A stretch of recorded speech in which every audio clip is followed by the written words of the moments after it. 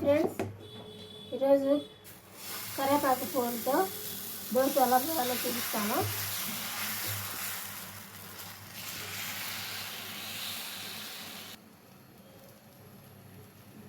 కరివేపాకు పొడి, మినపప్పు అవన్నీ వేసి పొడి చేశాను. నెయ్యి పోసుకోవాలి. సూపర్గా ఉంటుంది ఫ్రెండ్స్, ట్రై చేసుకోండి కావాలంటే. ఇది ఫ్రెండ్స్, ఒక పక్క కాలింది, ఒక పక్క మడుచుకుందాము.